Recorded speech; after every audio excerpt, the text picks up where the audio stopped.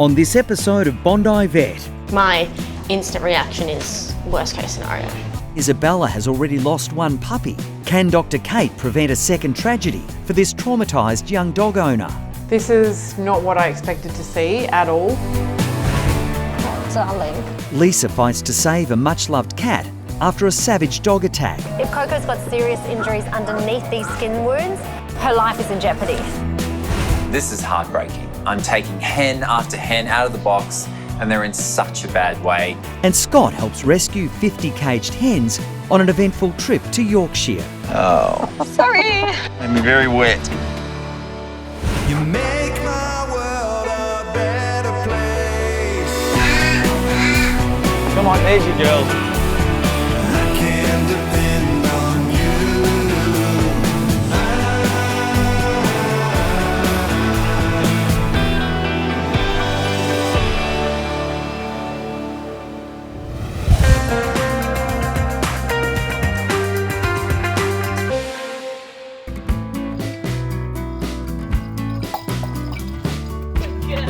In Bondi, Isabella is enjoying some playtime with her two furry housemates, her mum's dog Lulu and her own 8-month-old Australian Shepherd Miko.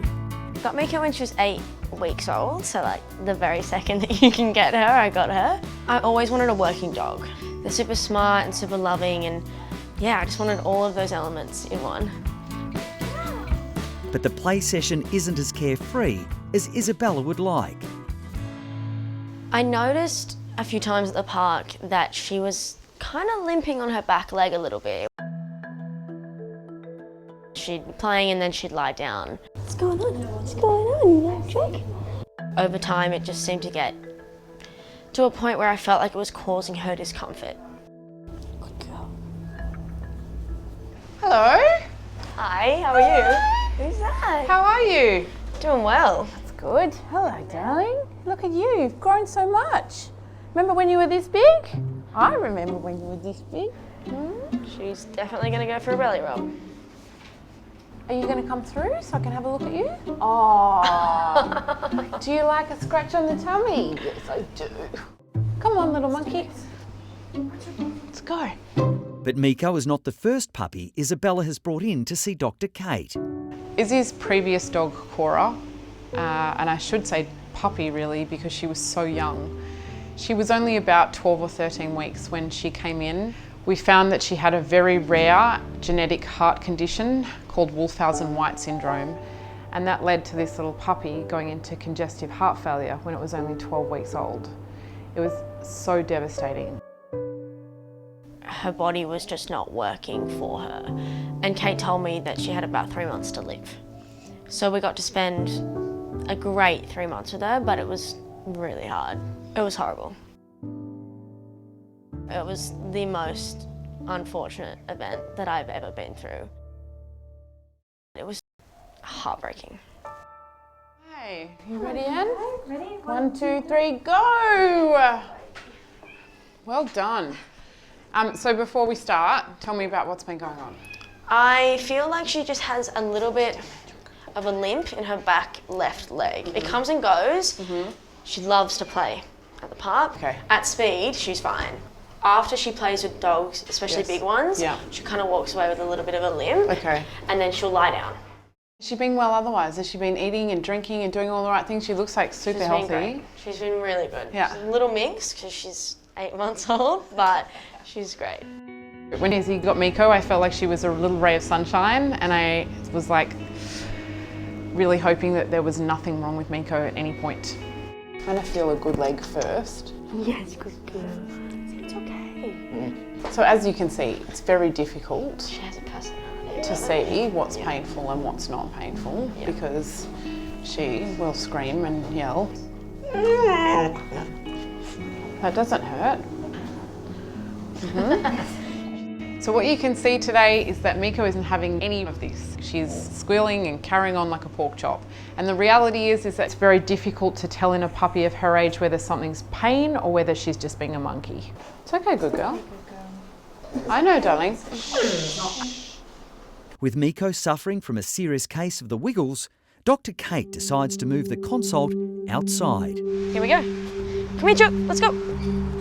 So what I'm going to do is I'm actually going to take her for a little bit of a run, just to see if I can actually see any lameness in that back end or even in her front legs. Okay, so do you see? Guys, do you guys see that? To an untrained eye, Miko looks completely normal, but I can see she's pretty heavy in the front limbs.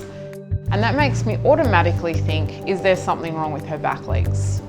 Well done. No one knows their dog better than the owner. And the reality is when Izzy says there's something wrong with her dog, I take that seriously. If there is something wrong with her legs, early intervention would be ideal. And I think what we might do is keep her here and take some x-rays. Okay.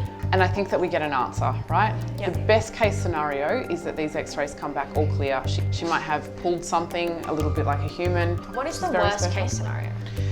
So our worst case scenario is that she has some kind of genetic abnormality, something like a hip dysplasia, or she's got some early signs of degenerative joint disease. Great. Hip dysplasia is a congenital abnormality caused by an ill-fitting ball and socket. I guess my worry around the x-rays would be whether there was a potential surgery that was needed to be done, or if there's something that's ongoing that's going to cause Miko trauma. We're going to do it right. There is no cure for hip dysplasia. At very best, you can give them new hips, but what it really means is a lifelong condition that causes them pain. It means they can't do regular dog fun things. It's not a great life. Okay. My instant reaction is worst case scenario because of what happened with Cora. So it's like I'm almost conditioned to feeling like that. This is not what I expected to see at all. I'm going to send these to a specialist just to be doubly sure. Oh my God, I cannot handle to lose her. Come on, sweetie. Let's go. Next day, a nervous Isabella is back to hear the results of the specialist's x-ray report. Hello, Miko. Hi. Hello. Oh no. Hi, Mama. You want to come and have a look at these x-rays? Yeah. Let's do it. Okay. Let's just start with the good news. Okay. They're fine, They're all fine. right? They're all fine. Everything is fine. Everything is fine. It's like my whole body just went, I'm so relieved. Thank God. So that's not to say that there's not some kind of a soft tissue injury there, or there's some kind of a muscle or a tendon or a ligament that's damaged, but it does mean that she doesn't have degenerative joint disease in any of her elbows, her back, and also means that she doesn't have any hip dysplasia. When I look at these x-rays, I'm so relieved. I'm trying to look for a fault and I can't see one, and I'm cheering. So as you can see, the ball of this hip is really nice and snug in the pelvis, really nice and snug in that hip joint. That's exactly what we're looking for. You actually have a dog with nothing wrong with her. Nothing wrong with her. Who knew that was possible? This has been a really emotional roller coaster for Izzy. I feel like as though I have been here through that whole journey, and to deliver her some good news for once is unbelievable. What I do want you to do from here though, so a few rules. As you can see from these x-rays, she still has a lot of growth plates there. This is the edge of the tibia, and this is actually a growth plate in here. Eventually that little tibial tuberosity is actually going to form a beautiful joint. And all it would take is a very small amount of pressure on one of these to displace those growth plates. Wow, yeah, okay. And then that whole piece of bone basically can fall off. So we're not out of the woods yet. You need to be very careful that you don't injure those bones. Okay. And the best way is controlled exercise, so not letting her go for an hour at the park absolutely nuts. Yeah. Doing high impact activity would be sort of equivalent to a child doing weights, right? Their bones are soft, their growth plates are soft. We need to make sure that we look after them. Bye, you guys. Bye, thank you.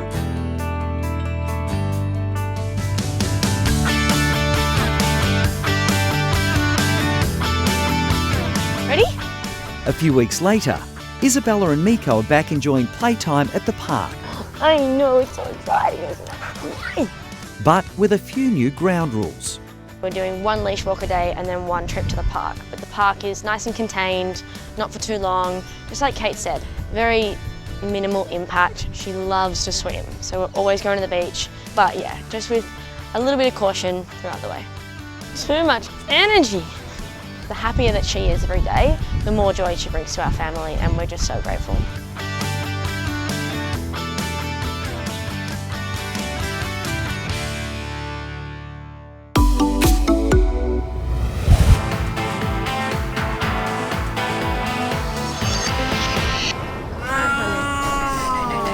What happened? Left them somewhere. Attacked by a dog. Okay. Let's have a listen.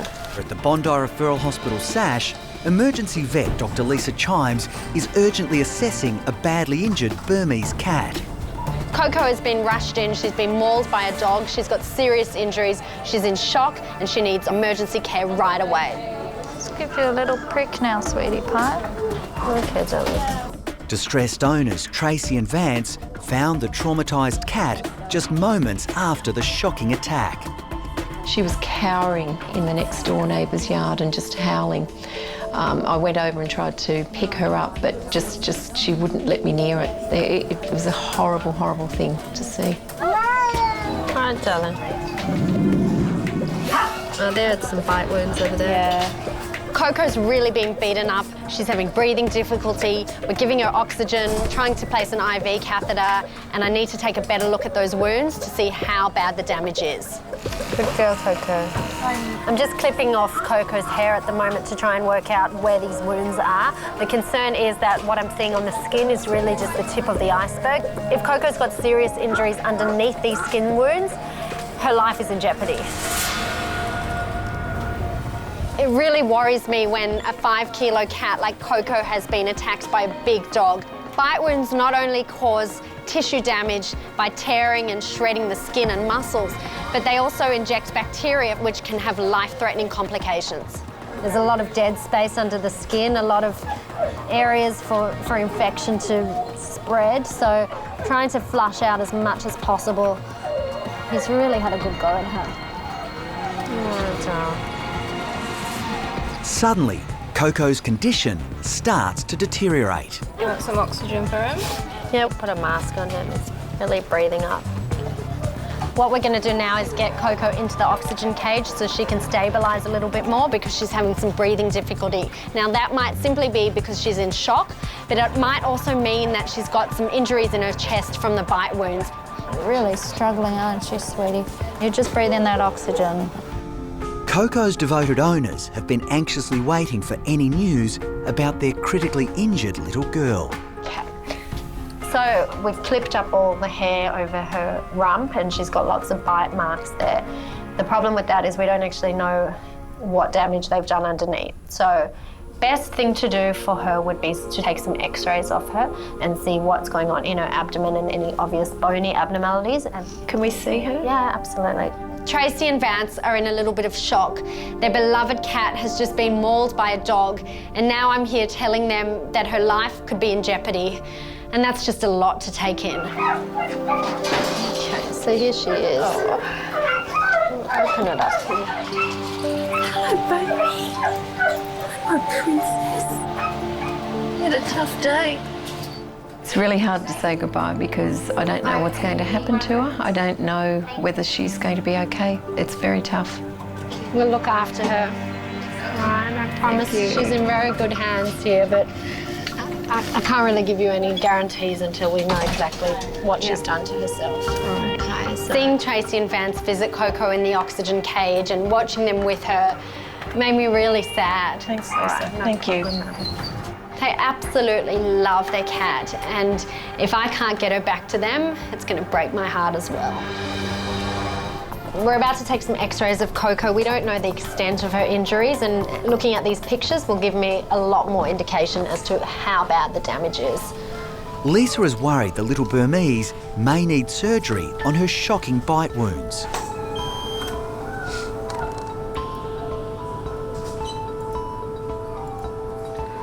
Okay, so I'm looking at her chest. As I'm looking at the x-rays, I'm focusing on different parts of her body to see if this dog's teeth have done some serious damage. So I'm looking for any fractures, any broken bones. My goodness. This is amazing. I just can't believe this. This is not what I was expecting.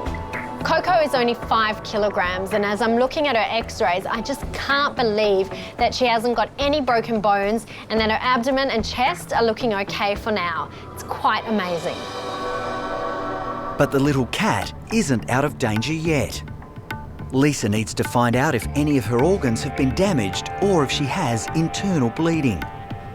So we're just doing an emergency ultrasound on Coco, trying to look for any areas where she's had trauma. So any sign of fluid in the abdomen, which might indicate bleeding or rupture of an organ.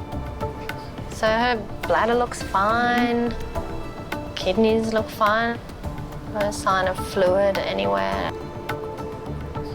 Coco's passed all the tests for now, but she still has some pretty nasty skin wounds. They can become infected, and that can quickly be fatal. Lisa's urgent priority now is to keep Coco's wounds stabilised and stop the spread of infection. The next 12 hours will be critical. She's nowhere near out of the woods yet. I just hope, for Coco's sake and her family's, that we can get her through it. That's a girl.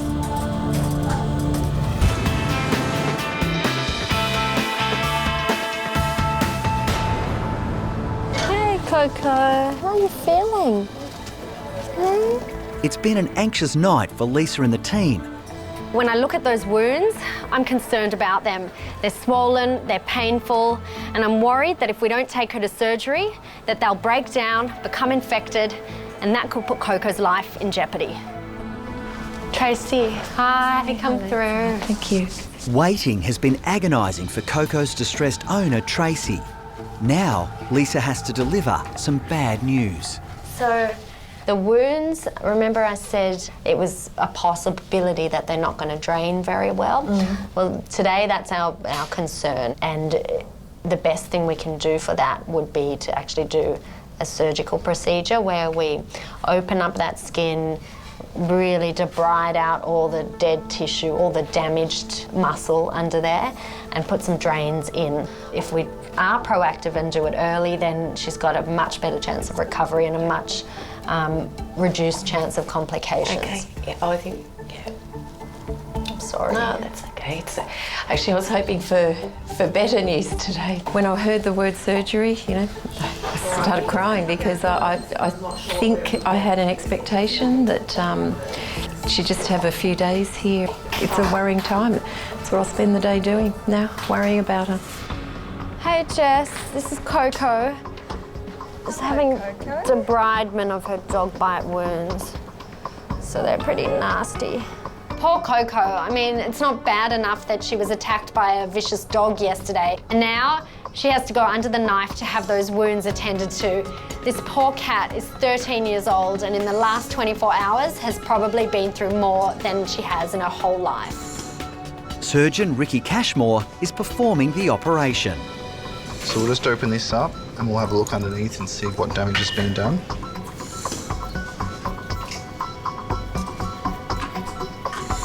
Look at that. All right through into the muscle.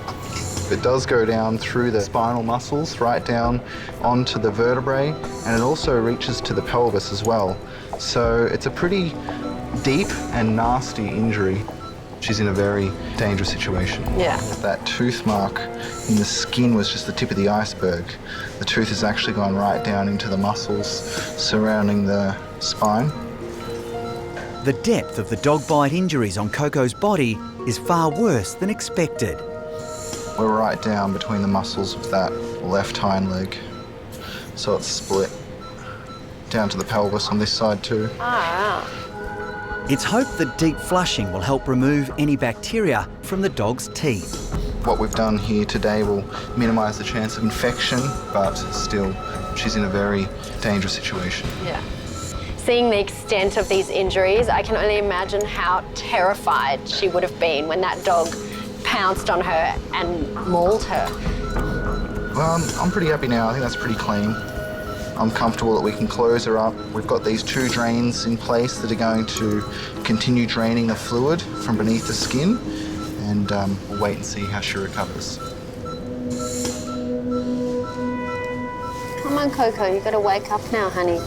Every animal recovers from anaesthetics differently. Some sit up right away and others take a long time to wake up, like Coco. She's an older cat, she's cold, she's got lots of factors delaying her recovery. Hopefully she pulls through this because this little cat does not need another disaster. There's a breast. Yeah, moving a bit more. It's coming around now. There you go. That's better. Coco has finally recovered from the anaesthetic, and right now she's conscious, she's groggy on pain relief, but at least she's still with us. Coco will have to be closely monitored around the clock to make sure there are no signs of deterioration. You've been through so much, sweetheart. That's a brave girl.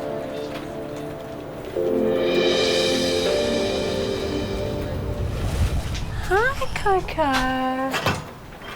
Hi, darling. How are you doing? It's now been 5 days since little cat Coco was rushed into Sash after a shocking dog attack. Let's get you out. That's a girl. Hi, honey. Coco was viciously mauled by a dog. She had surgery, had a bit of a rocky recovery, and now it's time for her drains to come out. All right, now it's going to feel a little bit funny. Ready, Coco? We'll just do it quick. Done. Good girl.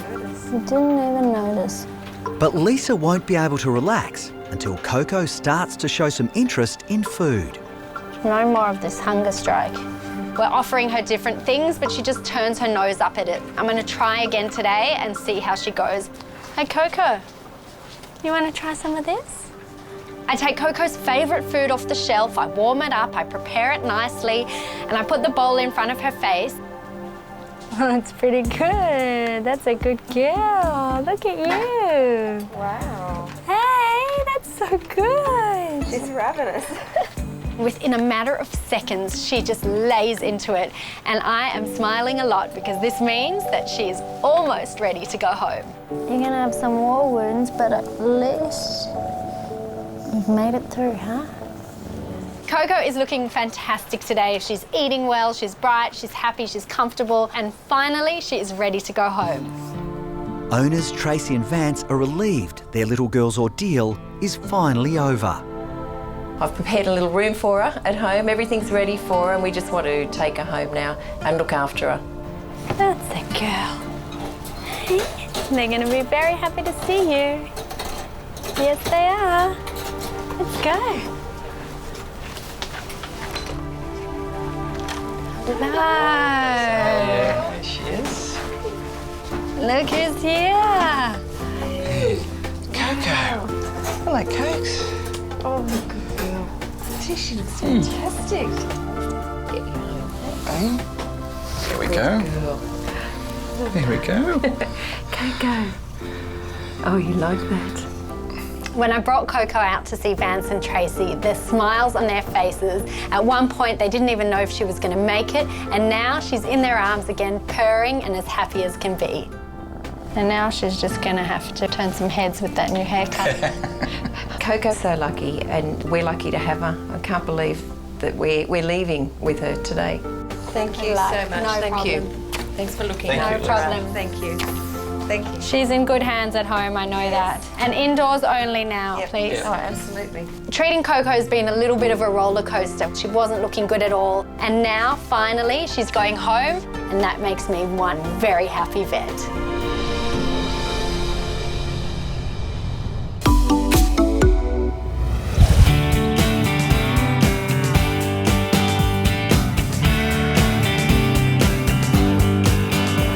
Today I'm on the road to Yorkshire, one of the most beautiful places in northern England, to meet an extraordinary teenager. This passionate animal activist is taking on some of the biggest names in business and winning. And today I'm going to lend a hand with the amazing work she does. Hello, girls. From her home in Sheffield, 170 miles north of London, 15-year-old Lucy Gavin has managed to shoot to fame with a remarkable campaign. Good girl. Come on. This teenager's mission is to stop the practice of hens being kept in small cages for commercial egg production and make sure they lead a free-range life like these lucky girls. The hens really need a voice because they can't talk, they can't ask not to be caged. And the public can't see them in the cages because they can't see the farms. All they see is a box of eggs on a shelf. And if a dog was in a cage, there would be uproar. In an incredible coup this year, Lucy managed to convince several of the UK's biggest supermarkets to gradually phase out the sale of caged hen eggs. That was such amazing news to hear. So that's why I'm now petitioning the government to try and end caged hen farming as a whole. Hi there, Lucy. Hello. How are you? Good to see you. I'm good, thank you. Hello, and who's this beautiful little girl? This is Fern, and this is Sylvia. Hello, Sylvia. You're looking very healthy. I'll let you in on a little cultural secret. As in Australia, we actually call them chooks. Oh. So, yeah, if I use the word chook, then don't look at me funny. But one thing I always love is the fact that chicken lovers tend to call them girls, don't they? Like, they're girls. Yes, like, you know, they are girls. Part of the girl power, part of the team. Absolutely. For her part, Lucy has adopted 6 rescue chickens and is hoping her campaign will encourage thousands of people to do the same. Actually today, Phoenix Hen Rescue, where all these girls came from, they're having an intake of 40 rescue hens. Wow, 40? 40. So if you wouldn't mind, it would be amazing if you would come and health check them and make sure they're all well on their way to a happy new life. Oh, I'd love to. Sylvia, you gonna come? It's... Oh. Sorry. Sorry about that. Oh. Made me very wet. And she's still going. Hey. Oh, that's not what you want. Let's go and rescue some of your mates, shall we? Sounds good. So Scott and Lucy are now heading 12 miles down the road to Chesterfield to meet another animal activist, Kitty. Hi. She's asked Scott to carry out health checks on a huge new batch of rescue hens that are due to arrive today. Hello, hi, I'm Scott. How are you? Hi, Scott. I'm fine, thank you. I hear we're welcoming 40 little girls. It's actually more. We've managed to rescue 58. Wow. Right at the last minute. My goodness. They're here. The girls are arriving. It's such a perfect day for the hens to arrive. They've never seen the sun before, they've never felt the grass or been able to scratch around. So it's so perfect for them to come out on a day like this where the sun is shining and they can just have the best experience they can do and a really nice welcome into the real world. Oh, hello, girls. Hello. Well, they're certainly not looking anywhere near as healthy as yours, Lucy, are they? No, but they'll get there. They will. This is the first step towards their freedom. Absolutely. Hey. They're out now. Let's start with liberation from the van, shall we? Come on, girls. All these ex-cage hens were destined to be killed after they had stopped laying their daily quota of eggs. These girls shouldn't go to slaughter. They have the ability to live a natural life, and why shouldn't they? That's the lucky last of the girls, and someone's laid. Oh, really? Look. First freedom egg at your end of the crate there. Nice. Oh, that's got a good ring to it, actually. Freedom egg. It's a freedom I like egg. it, yes. It certainly is. Free chickens. Free chickens and a first freedom egg.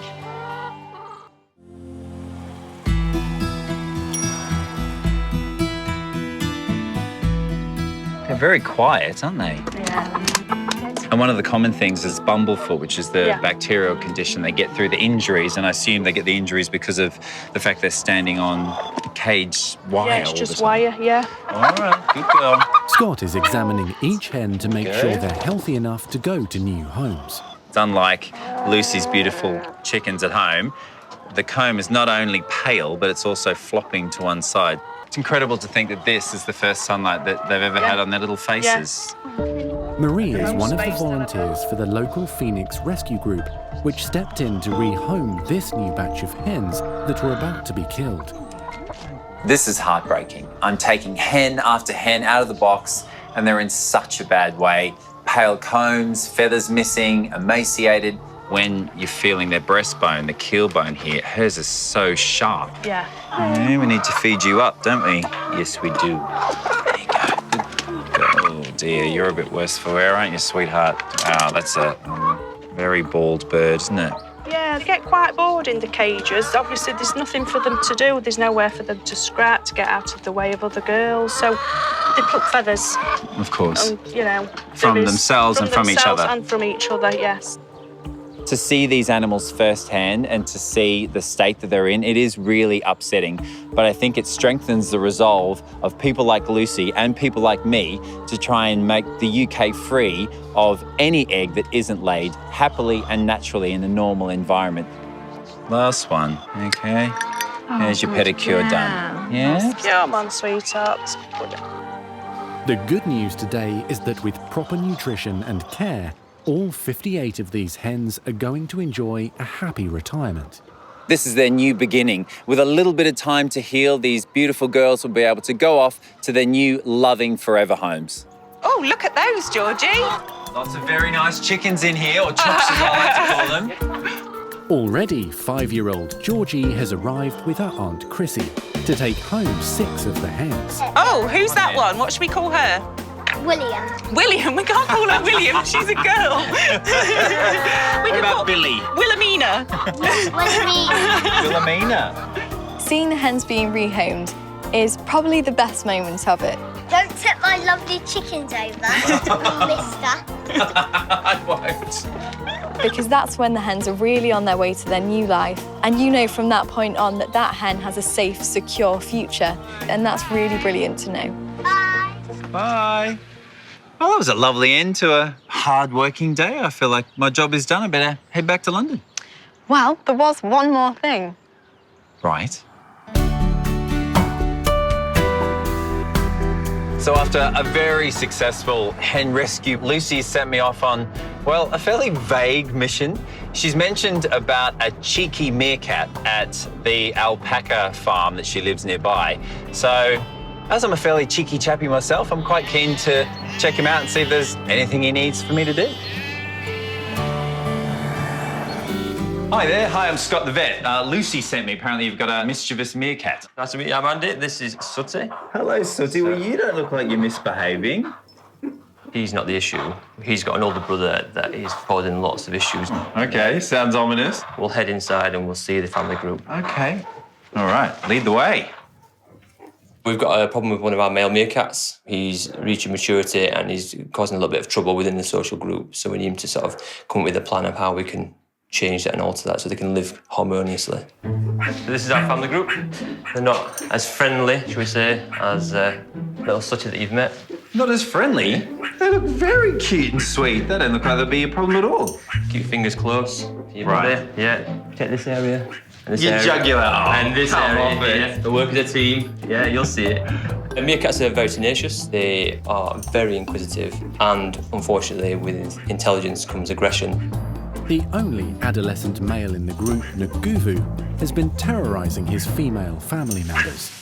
We've got one young man, and he's coming to his own. Right. When I say coming to his own, he's reaching sexual maturity in the fact that everything, like a teenage boy, is fascinating him in terms of female form. But the problem is... We're talking urges, are we? We certainly are. Right. But the only female forms in this group are his sisters or his mum, so we've got an issue. Oh dear. Yeah. Obviously, it's completely inappropriate for him to have sexual behaviours towards his family members because inbreeding is a problem.